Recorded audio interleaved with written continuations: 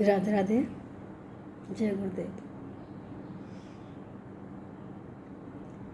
आज का विषय है कि जो भ्रमित होते हैं वो खुश रहते हैं या जो अटूट विश्वास वाले होते हैं वो खुश रहते हैं।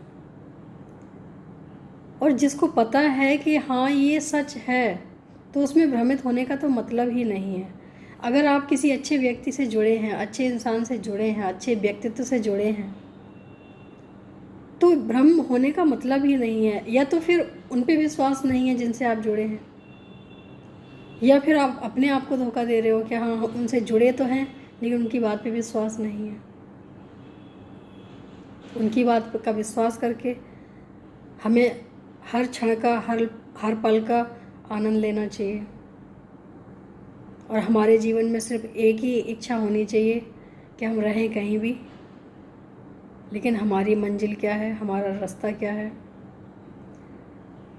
रास्ता का मतलब पैर से चलना ही नहीं होता है। सफ़र हमेशा पैरों से ही चल के नहीं पहुंचते हैं। हमारा मन भी बहुत सफ़र करता है। मन को रोक के आत्मा का सफ़र चालू करें तो हम जल्दी कहीं पहुंच सकते हैं। मन हमें भटकाता है। जहां हमने मन और बुद्धि का प्रयोग किया वहां भटकाव तो आता ही है। अगर हम अच्छा कार्य कर रहे हैं तो ना तो मन की सुननी है और ना ही बुद्धि की। और ये भी नहीं सुनना है कि लोग क्या कहेंगे। हमें पता है कि हम क्या कर रहे हैं, अच्छा कर रहे हैं, तो हमें ये नहीं सोचना है कि लोग क्या कहेंगे, क्योंकि लोगों का काम है कहना। हम कुछ नहीं करेंगे तो कहेंगे ये कर सकता था लेकिन नहीं किया इसने। और अगर हम कुछ करेंगे तो कहेंगे इसको ये करने की क्या ज़रूरत है। तो लोगों का काम तो सिर्फ कहना है। अच्छा करो तो कहेंगे, गलत करो तो करेंगे। तो हमें लोगों के बारे में क्यों सोचना, हमें अपने कल्याण के बारे में भी सोचना है। हमारे लिए क्या अच्छा है ये भी सोचना है। हमारे महाराज ये कहते हैं कि जो भटकता है वो भटकता ही रहता है, और जो विश्वास करता है वो हमेशा के लिए अपने रास्ते, सही रास्ते पे चल के एक दिन भगवान को पाता है। अब यहाँ भटकने का मतलब ये भी है कि सती जी ने क्या किया, भ्रमित हुई। भ्रम में आके उन्होंने अपना ही अस्तित्व ख़त्म करना उन्हें अपना ही अस्तित्व ख़त्म करना पड़ा, क्योंकि भोले बाबा ने समझाया तो उन्होंने नहीं माना। और वहीं भोले बाबा ने भगवान राम के दर्शन करके आनंद प्राप्त किया, क्योंकि उन्हें पूर्ण विश्वास है, भ्रम की तो कोई गुंजाइश ही नहीं है। तो जो पूर्ण विश्वास करते हैं उन्हें ही आनंद प्राप्त होता है। और जो भ्रम में रहते हैं वो ना तो खुद खुश रह सकते हैं और ना उनसे जुड़े लोग खुश रह सकते हैं, क्योंकि उनका दिमाग, बुद्धि, उनका विचार ऐसा हो जाता है कि वो चाह के भी खुश नहीं रह सकते हैं। यहाँ जो कृष्ण जन्म में देखा जाए, भोले बाबा आए, दर्शन किया उन्होंने कान्हा जी का, लेकिन वहीं ब्रह्मा जी भ्रमित हो गए।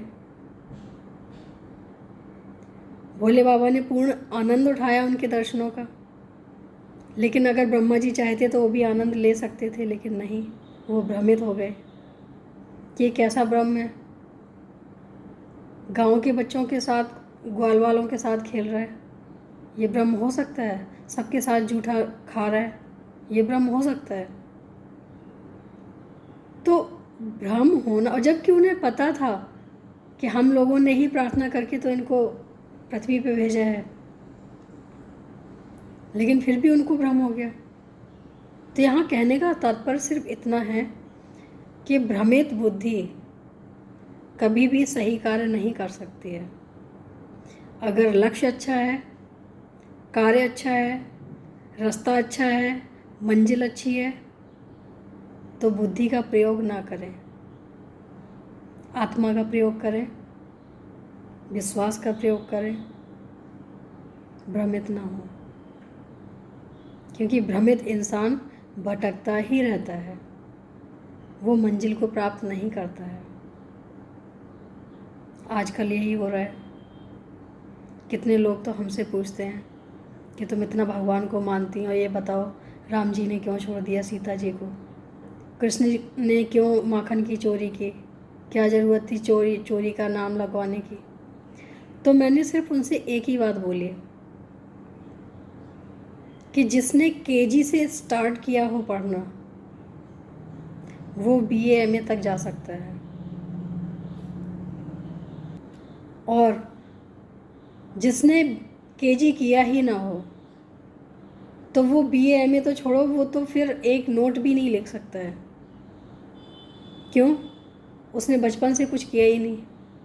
और बचपन से इसलिए किया जाता है क्योंकि बचपन में चीज़ों को अगर हम समझाते हैं तो वो सच लगती हैं।